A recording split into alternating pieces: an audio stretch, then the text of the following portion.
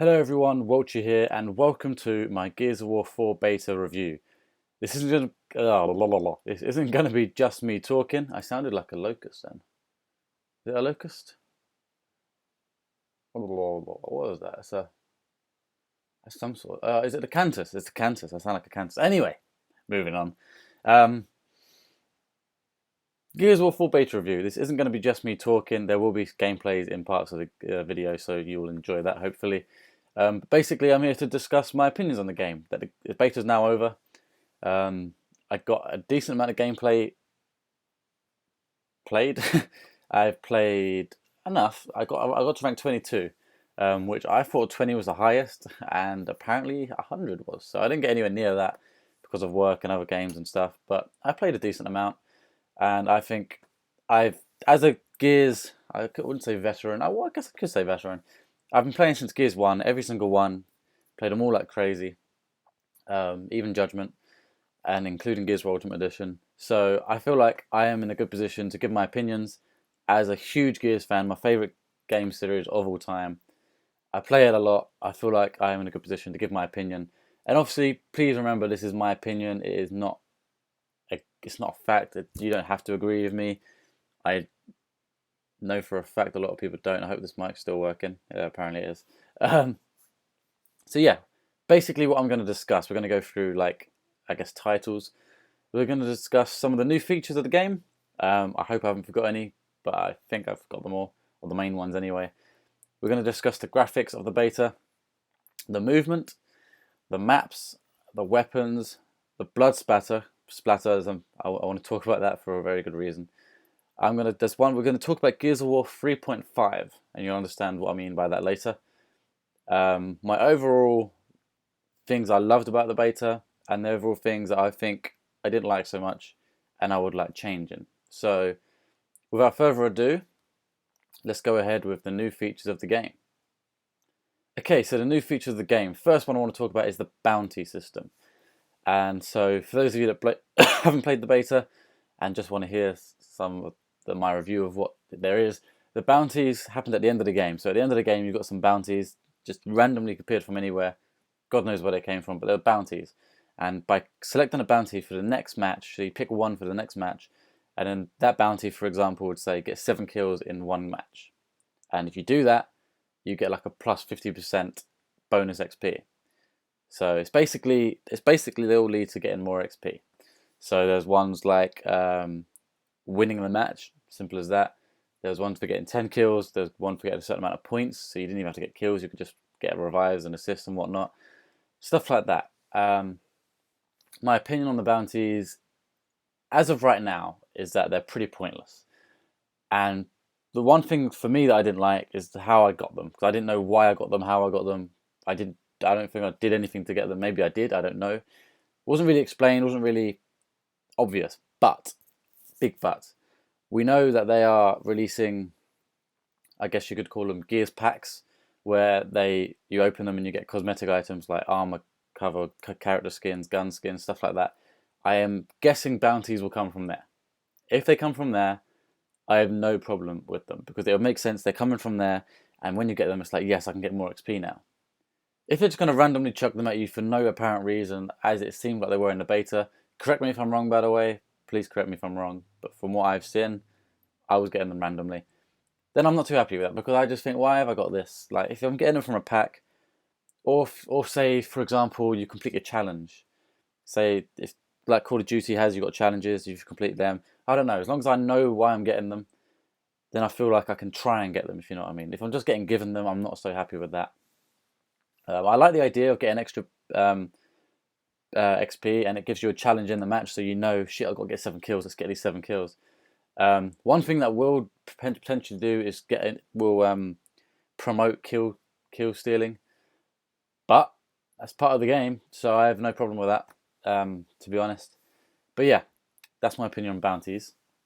Dodgeball, the new mode, Dodgeball. Let's talk about Dodgeball. So personally, I love the idea. The idea of Dodgeball makes sense. So for those of you that haven't played the beta, I'm sure you all know how to play Dodgeball. You have to get the enemy team out by hitting them below the legs. Gears nothing like that in terms of where you hit them. So basically, you have to wipe out the enemy team. So everyone has 1 life. So it's basically execution or Warzone with a twist. So if I kill someone on their team, it's now 5-4. We've got 4 players. They've got 4 players. We've got 5. However, if I then get killed, it's 4v4. But by them killing me, they can bring a teammate back. So they'll be 5v4. So I like the idea of that. So basically, you have to dwindle them down to 0, whilst also not losing yours to 0, sort of thing. So I like the idea of it. I really do like the idea. Did they pull it off? I think they did. I think my main issue is that I wasn't very good at it. I was a lot better when I played Team Deathmatch. But yeah, Dodgeball was a good mode. I would like them to include it in the full game. I imagine they will. I don't imagine there's been too many people complaining about it because I thought it's a good idea, and they could make a few changes maybe. I don't know. I don't know what they'd do. Maybe add some sort of bonus for getting a headshot. I don't know. They could think about that, but I don't know. I think they've got it nailed, to be honest. I just don't think it worked as well as they thought it would work. But it is a nice feature, a nice game mode, and I would like them to include it in the full game. So yeah, that's not too many opinions on that. I believe everyone would have the same opinion. It's a nice idea. It's quite good. It's just not groundbreaking like King of the Hill or Blitz or, I don't know, name another game mode. Guardian was a massive game mode, and I'm glad that's coming back, by the way. It just didn't feel as groundbreaking as that, but it is a good game mode. Okay, another new feature in the game, which we all saw before the beta was released, and I personally panicked like hell, was the cover mantling / grabbing. So, in Gears 3, they had cover mantling where if you're on one piece of cover and they're on the other side of the cover, you can mantle, kick them, shoot, shotgun them, and there was no counter to that. This time, there kind of is. There's a bit of a delay on the shooting of that-ish, but the main one's the cover grabbing. So, if you're on cover like this person can grab this guy over cover and stab him in the face or shoot them or whatever they want to do. I was worried, so worried about that because I was thinking, if that happens a lot, that's just going to ruin the game for me. If I'm going into cover and getting pulled over every time, to me, that's ruining the whole point of a cover-based game. But I was glad they said that there was a counter to that. So you press, I believe, X or B. I can't remember which one it is. It never actually happened to me in the beta, which I'm going to go into in a minute. But you could counter it. So if they try grabbing you, you grab them back over and you kill them instead. So I like there's a counter to it if you're quick enough. It's a very quick, short time. But the main thing I was happy about was that it was very rare. In my experience on the beta, and I played a decent amount, I never got pulled over once. I don't even think I got kicked over cover once. That's partly because I was sneaky, and if I was on a cover and then they went to that one, I would just quickly move. I was not going to stay there because I know what could happen. I didn't even try grabbing someone over. So in that respect, I missed out in terms of the satisfying stab in the face sort of thing. Which, if someone else just heard me say this, they'd think, what the fuck?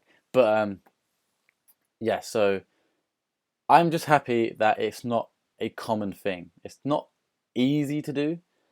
And I'm happy with that. I'm pretty happy. I'm happy for them to keep it in the game because if it's going to be that rare, I've got no issue with it at all. So that's my opinion on that. You guys might disagree. You might love it. I probably love it. I don't know. I didn't really experience it. But the fact that I didn't get killed by it a lot makes me happy. Okay, so this is a controversial point now. One of the new features on the game is pre-active reloading. So, Gears of War has always had active reloading, where once you've used some bullets, you can active reload, which means you get a damage boost to your next bullets. Brilliant idea. The fact that no other game in the world has thought of copying that idea just baffles me. But anyway, there you are. It's always been in the game. Gears 1, Gears 2, Gears 3, Gears Judgment, Ultimate Edition, boom. It's a brilliant feature, everyone loves it. Pre-active loading has also been in the game since the beginning, but not in the way it is on Gears 4. So, in Gears of War 1, 2, 3, whatever, to pre-active reload, basically what that means is at the beginning of a game or when you spawn, you want to go into your first battle with an enemy with stronger bullets than them. It makes perfect sense. Because with a Nasher, we're talking about Nasher mainly here, other weapons as well, but mainly the Nasher here. An active reloaded Nasher is very powerful, so that is the benefit of having it. So what people would do, I never did it, I personally didn't see the point for many reasons I'll discuss, is they would shoot randomly in random places, the floor, the sky, whatever, and then active reload, so they have extra strong bullets when they get to their first opponent.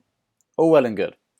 But, so the positive of that they can do that, is they have extra strong bullets. Brilliant. They get to probably kill someone. Fantastic. Negatives. They waste ammo and they waste time. If they wanted to run to a power weapon, for example the sniper, while they're shooting bullets and active reloading and stuff, that's going to take time. Whilst I, who don't pre-active, run straight to the sniper, get it, boom, headshot. Their pre-active was pointless. Not saying I'm that good of a sniper, but you get my point. So there was negatives to it. There was a balance. So it had its good things, and it definitely had its bad things. You're wasting time and ammo. In Gears 4, they have decided to, well, in the beta, they decided to bring pre-active reloading as a proper tactic, I guess. It's not even tactical anymore. Basically, it used to be tactical, now it's not. You can now pre-active with a full clip. You can have every bullet in your gun, and you can active reload it to get them stronger. It doesn't, if you just think about it, it doesn't make sense. I know it's not a realistic game. You're fighting the Swarm or Locust or bullshit like that. That is not real, I get that. Call of Duty is real, yes. That's why you can't active reload, I get that. But when they make the animation of them reloading the Nasher, whatever he does, I can't remember the exact animation, when he's got a full clip of bullets, that pisses me off. Just the whole fact that he's doing that. The fact that you can make your bullets stronger whilst they're already in the gun, that just doesn't sit well with me. In the fact that it doesn't make sense, first of all. And then moving on from that, it just ruins the game. But it doesn't ruin the game. But say everyone goes into the match and everyone pre-actives their Nasher, so everyone's got mega strong bullets in the middle. They might as well all have weak bullets. It's exactly the same. Like it doesn't. I can't explain it, but it doesn't make sense, and it ruins it in a sense that it used to be a tactic, which some people would do because they wanted the strong bullets. Some people wouldn't because they wanted the time. They wanted to get to the active power weapon quicker. They wanted to get. They wanted to save their Nasher ammo, for example. But now you save ammo and you get there at the same time as everyone else. So now it's almost like you have to active reload, because if you don't, you're going to die. And it shouldn't be like that. The whole active reload system has been perfect since Gears of War 1. And they have never touched it, and there's a good reason for that. It's because it's been perfect, everyone's loved it, and no one has complained about it. People have complained about the active sniper in Gears 1 being too powerful. Fine, take that down a bit. But not the active reload system itself. The system was perfect. Personally, it didn't ruin the game for me. I still had a lot of fun, but I always had an active, which in my mind was fine. But when you really think about it, it just ruined the whole, I don't know, not atmosphere, it just ruined the Gears a bit for me. I still had a lot of fun. If it's out in the full game, I will still buy it. I will still love it. I know I will. But I would love them to just scrap that idea. They're going for an esports vibe, which makes sense. But if anything, it doesn't make sense. The esports is a tactical event. You're going to be tactical. It's no longer tactical. Everyone's got active. It's not a tactical thing anymore. Pre-active used to be a tactical thing. It no longer is. If you're going to go the esports route, Coalition, get rid of it. It should be a tactical thing. It shouldn't be a thing that everyone feels obliged to do, otherwise they're going to die. I don't know if you agree or disagree, guys. That's the way I see it. And I'm not going to talk about that anymore because I've kind of run out of time. Okay, another new feature which I did quite like actually was changing your gun before the match. And what I mean by that is when the match loaded up at first, there was a little, say, 10 second thing where you're viewing your whole team front on and you can change your weapon. I like that idea. Again, when you play the old Gears of Wars, you join the match straight away and everyone changed to their Nasher. Most people changed straight to their Nasher. And the thing is, it didn't waste time. You could change while you was running, then jump, and then it would change gun. it didn't really waste time. So it's not like the pre-active where it changed and go and wasted much time. It barely wasted a millisecond. So I just like the idea that before the game you can get the Nasher out and you can just run straight away with the Nasher. I like that. Am I weird that I've just moaned about the pre-active thing and now I'm not moaning about this? Maybe, but I don't feel like I don't feel like it was ever a tactical thing, changing your weapon before you go somewhere. That's just what you do. So to me, I like this. I like because every time I play Gears, as I spawn, I pull the Nasher out. But now I can do it as I'm spawning, if that makes sense. I like that idea. Obviously, there's a whole loadout thing where you can pick between the Lancer, the Hammer Burst. We all know the Retro Lancer's coming back now. And I'm guessing there's going to be another shotgun, seeing as you can press left on the Nasher bit. So I'm guessing we will be getting a sawed-off shotgun or some shotgun of some type. So yeah, my opinion is keep that bit. And I like the fact that you can change weapon to find out which character you are. I just liked it. I liked it. One thing I heard people mention is that on that little mini bit at the front when you pick your weapon, they should do something like Call of Duty Black Ops 3 did, where at the end of the game you could do taunts, but they said do it at the beginning. I don't think that should be a thing. Keep it cool, keep it Gears, but we'll find out what they do. But I liked it personally. I don't know what you guys think, but I enjoyed that bit. Okay, so now we're going to move on to the graphics of the beta, and it's going to be short and sweet. Calm down. Everyone just needs to calm down about the graphics. They're not that bad. First of all, the graphics, I played the game on, I think it's a 42-inch TV, HDMI, whatever bullshit, whatever you want to call it, and the graphics to me looked bloody good. Bloody good. If you got to remember, this is a beta as well. This is a beta. Not only is it a beta, it's a lot of people have been saying it's an alpha build. I don't know if it is an alpha build or not, but I know for a fact that the Coalition did not put this beta out to showcase their graphics. I can promise you that. They would not put a beta out just to show off their graphics. That's what you do a demo for.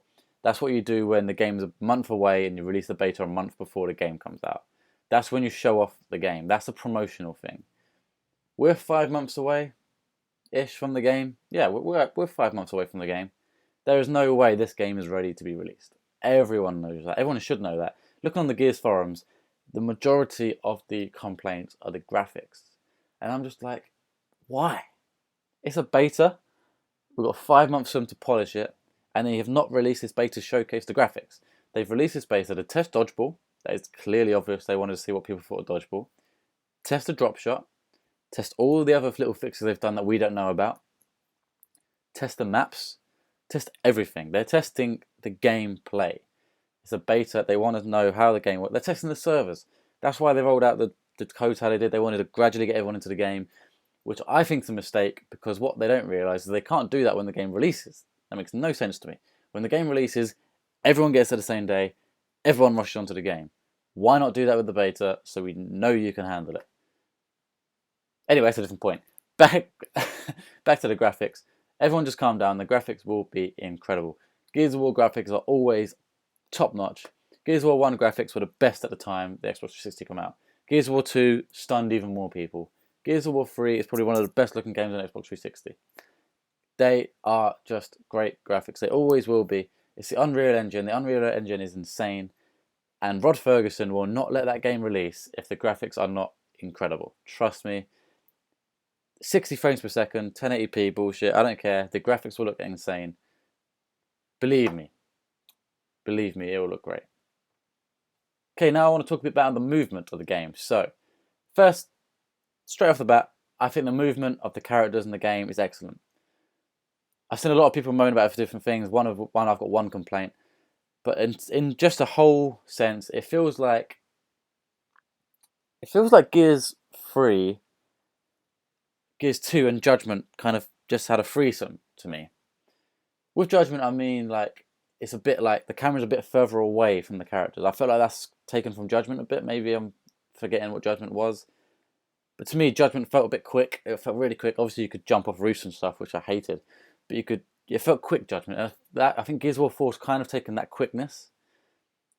It's taken Gears of War 3's like wall bouncing, and Gears of War 2 is just in there somewhere. But yeah, overall excellent. It's really fast paced. Love that. Gears isn't. I've seen people say Gears is faster than it ever has been. Gears has never been a slow game. There's always been wall bouncing around everywhere. Yes, it's not as fast as such as like Black Ops 3, and it still isn't. It's still fine. The movement is excellent. It's fast paced. It's nice. The wall bouncing is brilliant.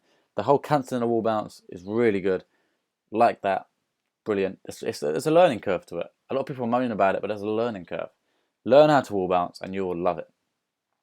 One complaint about the movement system, or one and a half.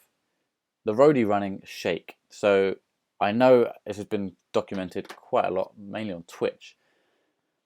When you're running roadie run, the camera shakes a bit. It's not like massive, but there's a shake to the roadie run, and it hasn't made me feel sick, and I know it hasn't made everyone feel sick.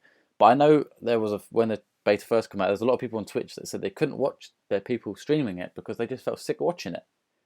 And I know what they mean. It kind of makes the screen a bit blurry. And maybe that's why everyone's moaning about the graphics. It's this shake. The shake isn't. It doesn't do the game any favor. I don't see a need for the shake. I understand you're running fast, and that when you're running fast, things do go a bit blurry. But you don't need that in a game, man. Not in third person, especially. Maybe first person, but not third person. I don't think. Even if they keep the shake, but just tone it down a bit. I don't know, or have some option where you can take it off, or you can take it right up or take it right down, wherever you want it on the scale.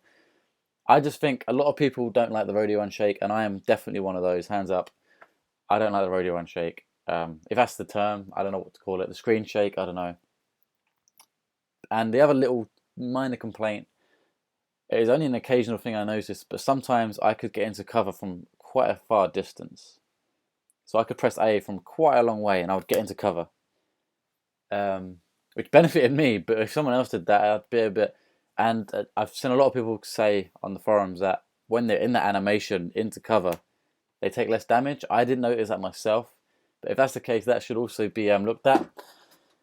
Because I don't know why someone going into cover should have any extra health benefits. Personally. But that's a minor complaint. It wasn't too noticeable for me. It happened occasionally. But that's maybe something they could think about reducing that distance a bit. I don't know.